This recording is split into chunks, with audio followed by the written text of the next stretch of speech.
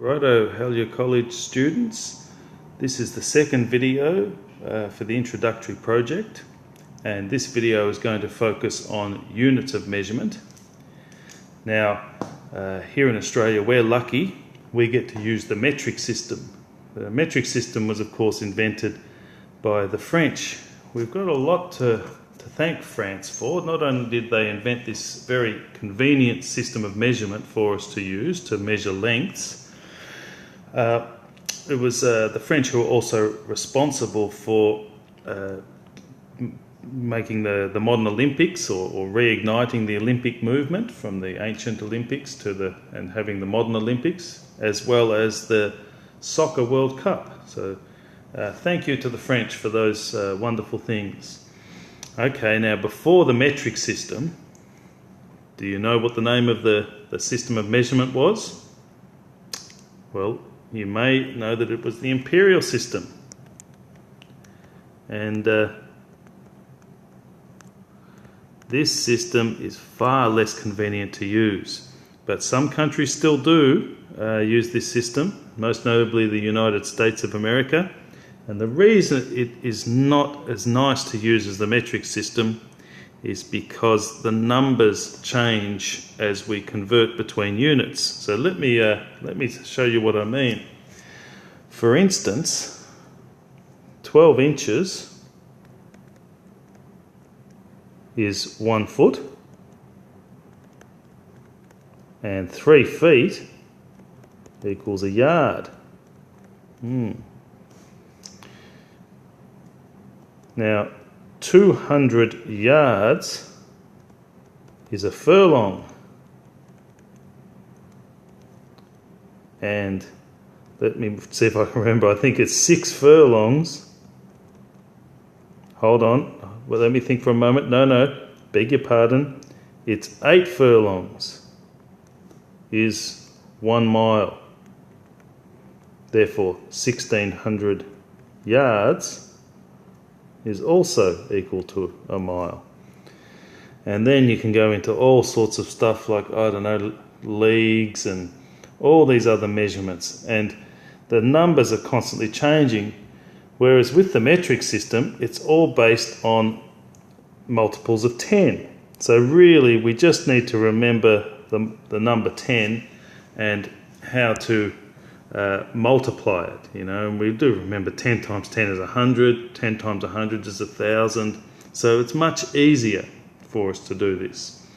Plus, we're far less likely to need a calculator because it all involves shifting the decimal place around, and I'll show you in this example what we do with that. So I'm going to attempt this example without a calculator at all. Okay, so we need to add together these lengths here, okay? I'm going to take a builder's approach here, and I'm going to work in millimeters. And the thing that is good about millimeters, and why people in construction use millimeters for measurements of length, is because there are no decimal places to deal with. So it's far easier to add up. So we can see here we've got 2 lengths that are already in millimeters. We're going to leave those alone entirely and just convert the other lengths into millimeters. And this chart here, flow chart I suppose you would say, on the right, that can help us to remember, and this is in your textbook as well at the very front. This can help us to remember what we need to multiply or divide by to convert between units. So in the first one, we want to take this 35.6 centimeters, 35.6, and we want to convert that into millimeters. So to go from from centimeters to millimeters, we're going to do this one. We're going to multiply by 10.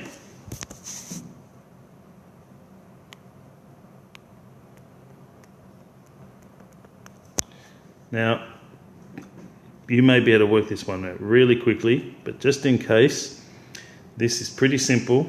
What we can do to multiply 35.6 by 10, we look at the number 10 and we see how many zeros there are. There's 1 0, And because we're multiplying, we're going to shift the decimal place to the right, 1, because of the 1 0.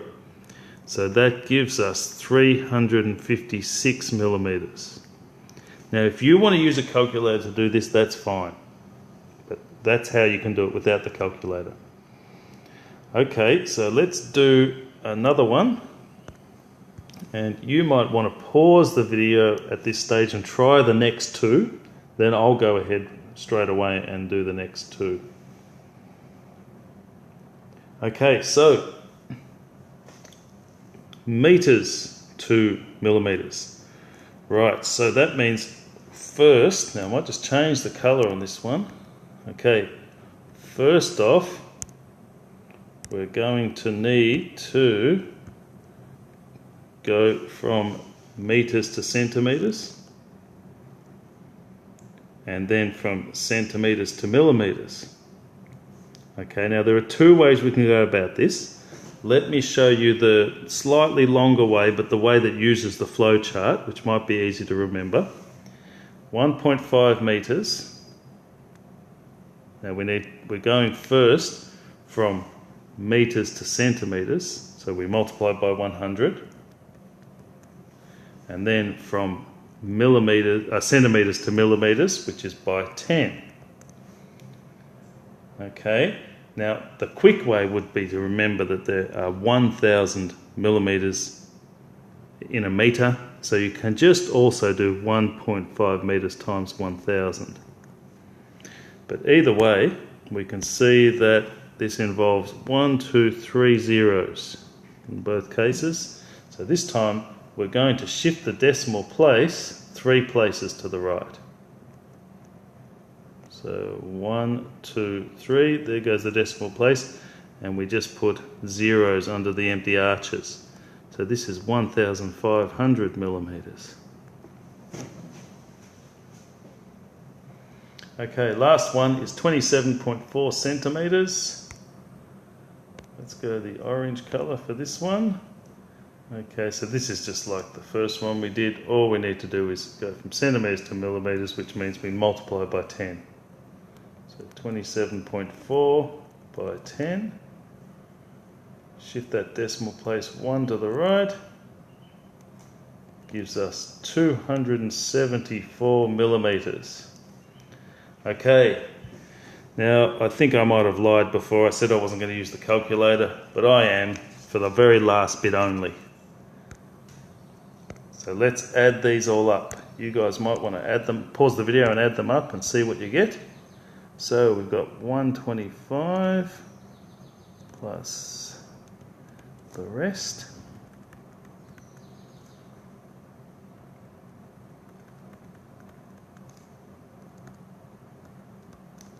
Okay, let me pop this into the calculator.